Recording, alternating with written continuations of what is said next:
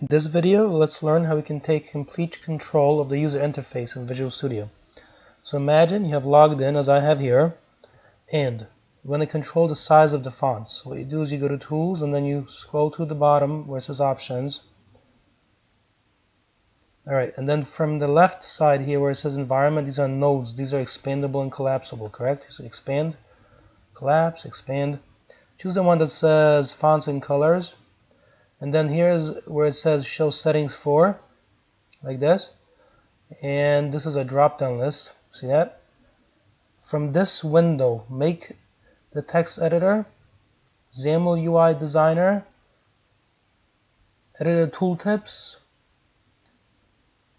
all text tool windows, the output window, the watch, locals, and auto tool windows, the call stack window, an environment font, and the locals window. Make everything as big as you want it to be so that when you use the program it's very easy to read everything. Okay? As an example, if I choose environment font and I set this to a small value here, like so example 10, right, and I click OK. Take a look very carefully at what will happen in the program. So you can see what environment font controls.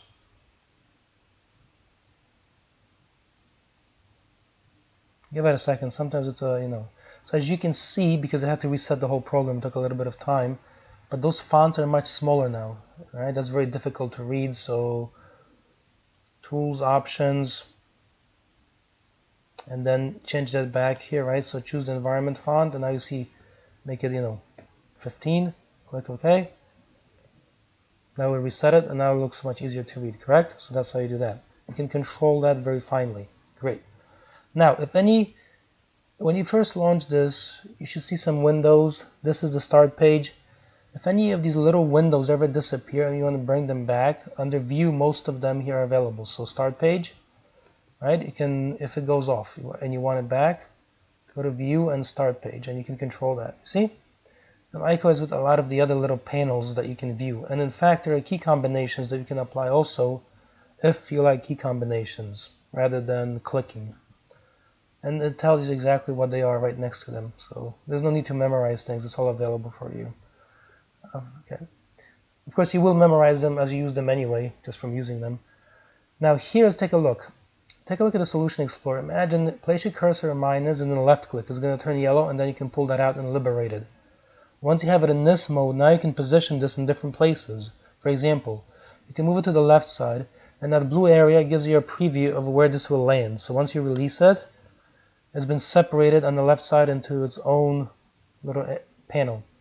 Now, because there's a little pin that says Auto Hide, if I turn that on, that window, that panel disappears when I am not using it. To restore it, just click on Solution Explorer and it reappears.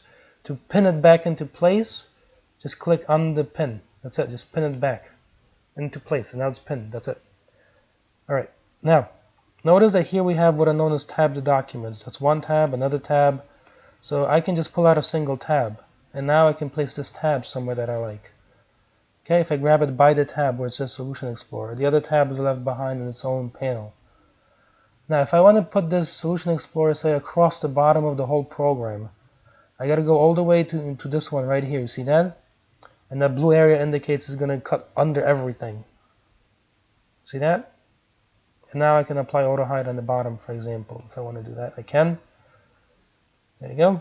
Now I like to have the Solution Explorer placed. By default, it's placed on the right side. I like to have it there, so I'll drop it back into place, like that. There it is. And if you also take a look, take the task list here and rip it out and pull it over here. If you hover it here, now you get a little cross. So now you can tab it back with the Solution Explorer, or you can place it under the Solution Explorer in its own panel. And now we have the task list and the Solution Explorer in separate little panels. And we know they're separate because they have their own auto hide buttons, you see? You can hide them individually. So you can hide one and leave the other one open, or you can hide them both. You see? So it's up to you. There's a lot of flexibility in terms of what you can do. And of course you can pin one, or if you like you can pin them both, and they'll pin back to the way you originally configured them, like that.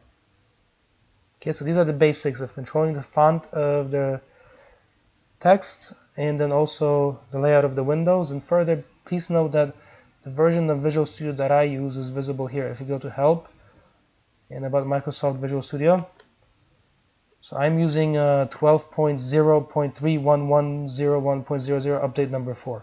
Okay, it's the latest update to Visual Studio 2013 desktop, together with that particular .NET framework. Okay, however, you should be able to run through the course using previous versions also.